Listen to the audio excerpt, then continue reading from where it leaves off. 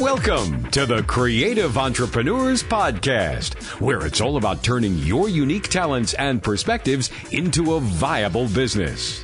And now, your host, Paris Hamilton.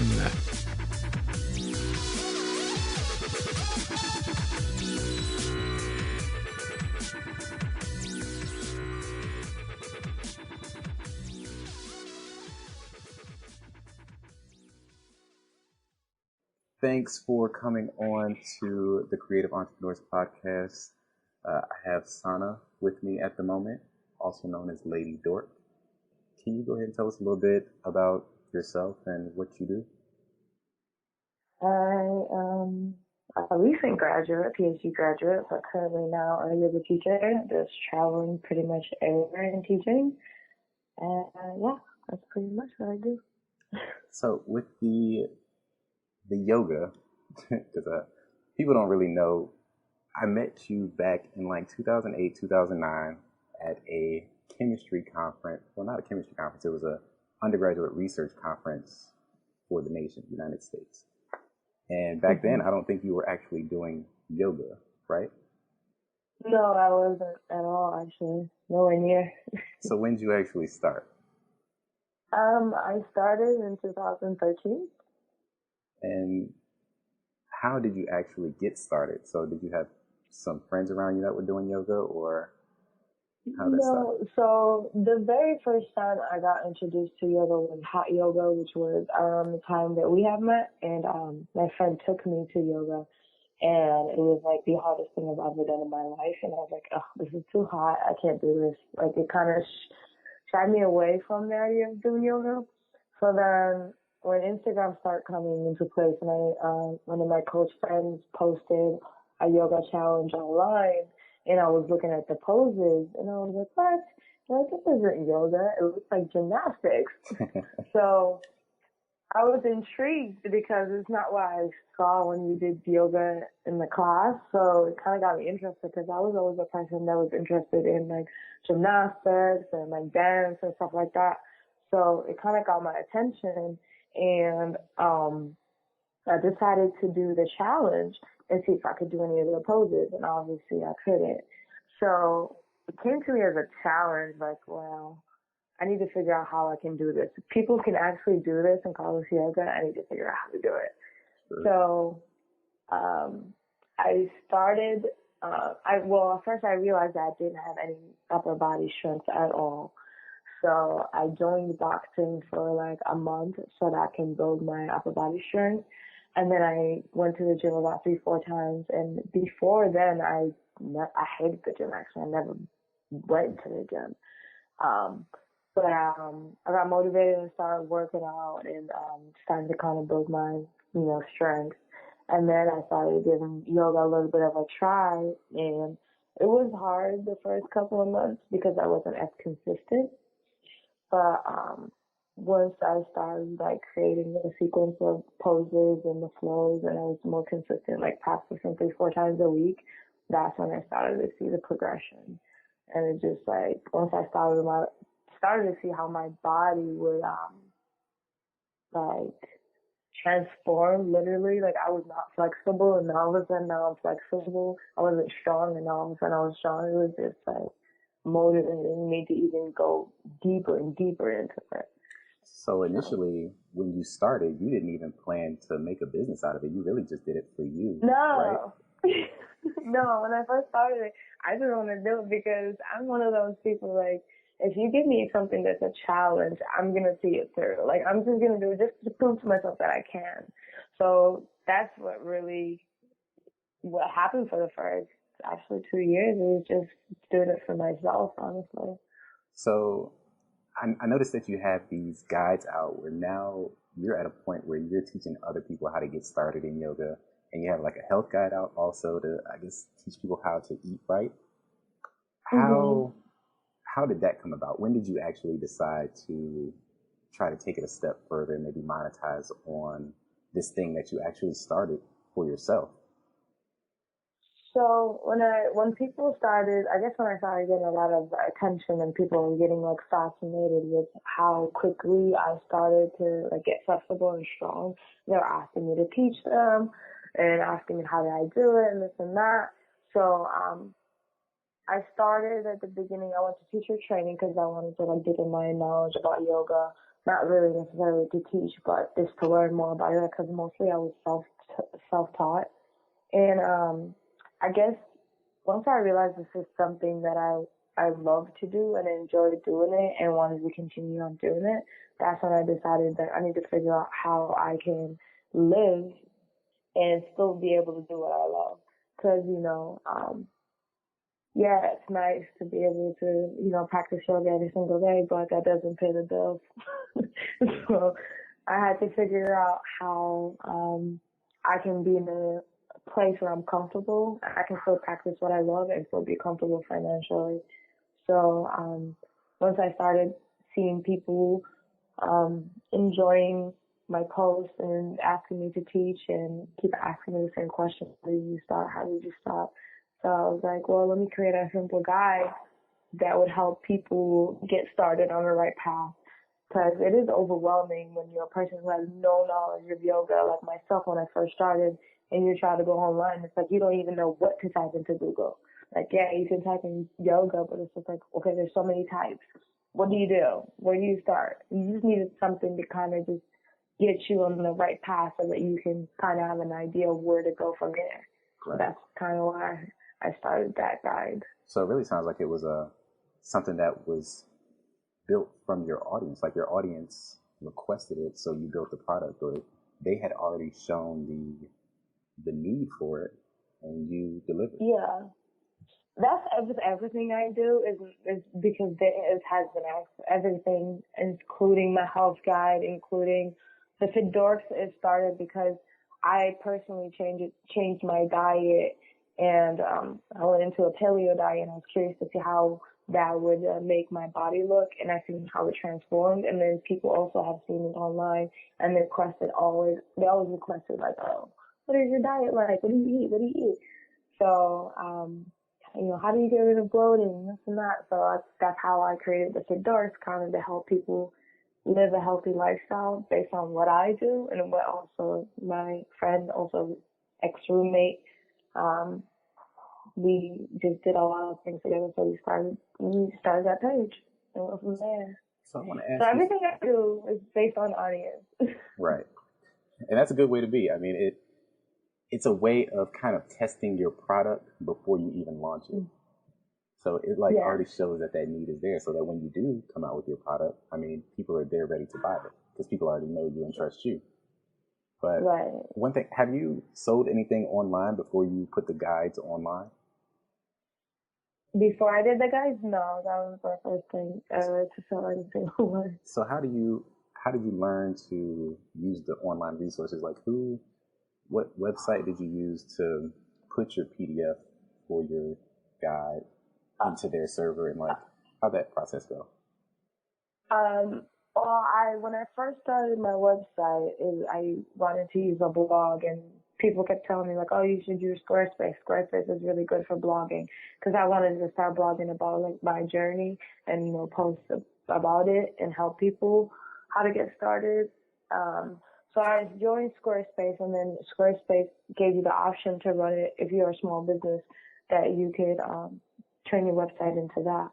So I paid for it and got my own domain, and then I started asking Squarespace for help, and they gave you the option to upload digital downloads on physical services. And they give, Squarespace is a really good site. It goes into detail about everything. And they're very good with their responses with emails if you need help. Within 24 hours, they already give you a response specifically to your website. If you can't find something on your website, they'll do a video or a step-by-step showing you how to get to it on your website.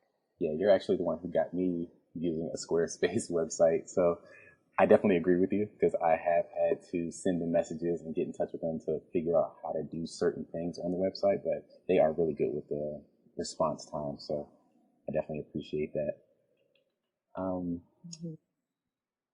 So how did you actually grow your following? Because I noticed on Instagram recently that you have like over 70,000 followers.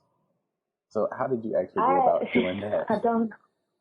People always ask me that question. I really did not have a strategy besides I just really just post what I do and I think people were just drawn to that. I guess it's just I really don't know. I can't answer that question. I didn't have it just keeps going. I do a lot of yoga challenges, and that's where most of the followers come because I gear towards the beginners or people who want to learn how to practice yoga. So I try to do challenges either myself or with other people that is towards beginners or people who want to learn. And that's where most of the people come from. And I think my before and after pictures are inspiring to people because they're like, oh, you learned this in 1 year? Oh, you learned this in 2 years? Oh, it's possible. I can do it too. And then they just see him as a regular person and not like a gymnast or a dancer or had previous strength or flexibility. Just somebody who decided they wanted to do it and just did it. And that makes sense. People are attracted to somebody that's a little bit more like them. So showing those before and after pictures, I think it definitely helped to build your audience. And your audience seems like they're really interactive and engaged with you. So I guess that's good on your part. I try to, even with my passion, I try to like not be so, because I also watch other people's profiles. I try to be as real as possible without being so, because I'm really a private person. I don't like to share too much about my personal life, but I do here and there just to help people understand that, you know, behind all these followings, behind the whole profile, is still a regular person, just like you. You know, I can't control who follows me. I can't control who comments. I can't do none of that. And I don't know. People are drawn to that, I think. So for those out there who have full-time jobs and they're like saying that they don't have enough time to get started with a side business or something like that, what were you actually doing at the time when you started the yoga? Like, and how did you find time? I was in my fourth year, or was it my third year? My 2013 would be my third year of getting my PhD. So I was in the process of getting ready for my qualification exams and all that stuff. It actually helped me a lot because it kept me focused. I needed something to kind of relieve my stress of school. People always say they don't have time to do certain things, but I feel like if you really want to do something, you find time for it. So what's that, 30 minutes or an hour out of your day? You know, you can cut back on watching TV or you can cut back on a few things that can give you that extra hour. And I used to practice even in the lab when I used to stay overnight in the lab. I had my mat and I would be in the back doing my, you know, poses. It just became like, it's something I love to do and I wanted to do it all the time. Whenever I had free time, I wanted to do it. Yeah, I did notice that too. I remember those pictures when you would post something from the lab and I would be like, what if your professor or your advisor walks in? Like, what is he going to say? Well, that's the thing, because I used to work for a company that I used to run experiments overnight, so I did the 12-hour shifts overnight, so it would just be me. And at the time, it was me observing the experiments, and some experiments took 2 hours before I could collect the next sample. And I can't just go to sleep, because what if I fall asleep and then, you know, I miss the sample? So during that time, I was like, all right, I'll just practice or, you know, read or do something. So, and actually my boss was excited about it because I was telling him, and then he got into it too, and then he started doing it too. So. Yeah, it's pretty awesome actually.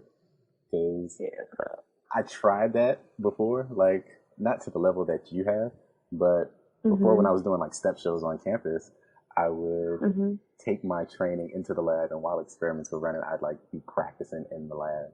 So I totally understand. If you really want to do something or learn how to do something, then you will find the time to do it. Actually, I have another question. With the Dork tour, like a lot of people have yoga instructors in their own cities. So what about you and your following made them want to donate to you and have you come to their cities? So, I think, I guess it goes along with just me, I mean, as a person,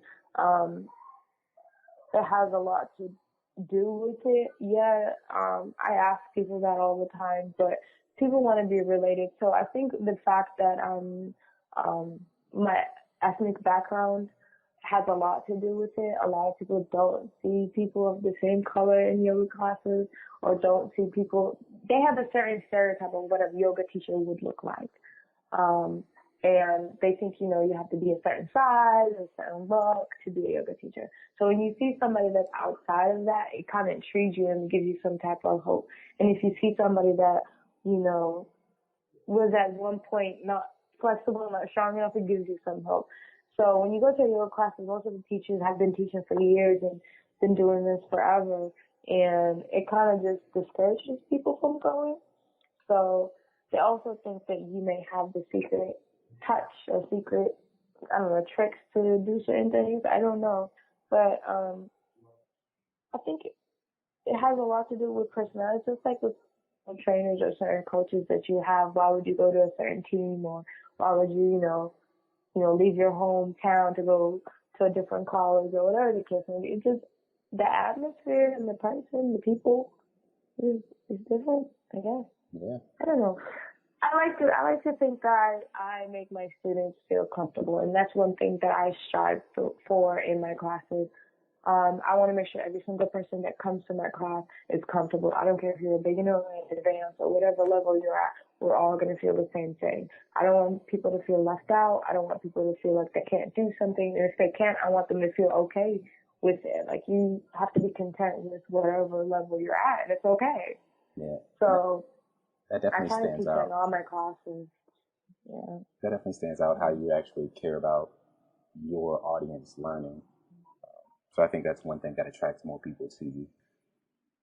But if I tell people, like, if you're paying to be here, you might as well enjoy yourself. There's no point in being here if you're just going to be here, feeling discouraged or unmotivated, or why? We're here to have fun. So let's have fun. And that's kind of the atmosphere I like to have in my classes. It's like, I don't want people to feel like it's a lecture or feel like everybody's so stiff and intimidated. Like, no, if you fall, laugh at yourself. If you see me fall, laugh at me. I don't care. Like, we're here to have fun. We're all here to learn from each other. Even me as a teacher, I'm learning from you. So if I was somebody who actually wanted to get started in something, but I didn't know how to get started or where to get started, what kind of advice would you give me? Well, it depends on what it is, but the very first, technology is amazing. Google is your best friend. If one thing I've learned from graduate school is research everything. And if you don't have the time for it, let's say if it's like a class that is close by to where you live at, I would attend a class and start asking people. But what I did first is I just Googled, and I went to yogajournal.com and I just started learning about the poses and what they are, and just like getting in depth in it. And then I enrolled into yoga teachers training a year after I started, just because I felt like there's only so much you can learn online. And I did it for 9 months, and I paid for it too. Yeah. I definitely agree with that. Definitely research your ideas and anything that you want to know in depth. Like, definitely be able to teach yourself, strive for new knowledge. So one last thing before I let you go. Where can people actually find out more about you or interact with you online or social media? You can go to my website, www.ladydork.com. You can email me at info@ladydork.com. Usually I don't respond to messages on Instagram or comments because I get so many of them. And I'm the type, like, I really just post and get off. I don't really like to be on my phone all day because that is a distraction from everything else that I need to do. So the email is the best way to contact me, because I do respond to every single email. I may not right away, but I always flag them, and then I'll have like an email day where I just respond to everybody. Okay. So. Well, I really want to thank you for coming up here. I know we're at a 7-hour difference, so it's nighttime where you're at, and I know you're pretty busy at the moment, so I don't want to hold you on too long, but thank you definitely for coming on, and I actually think that you gave a lot of people some value, whoever listens to this episode, so thanks again. Thank you. Glad to be here.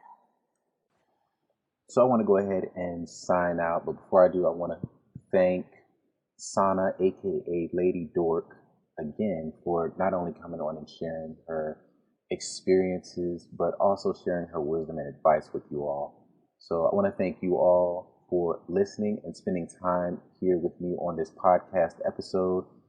I wish you all the best and all the luck in the world in getting started in your own creative venture.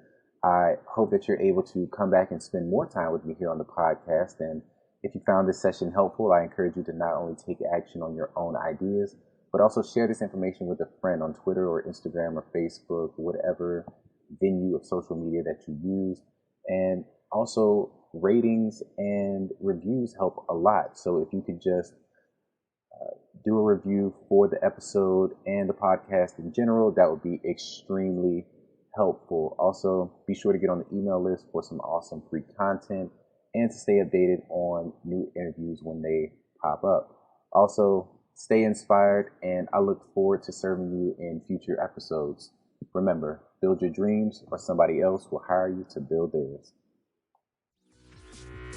Thanks for listening to the Creative Entrepreneurs Podcast. Join us next time for more great insights. And don't forget to subscribe to the email list to get the latest information and updates.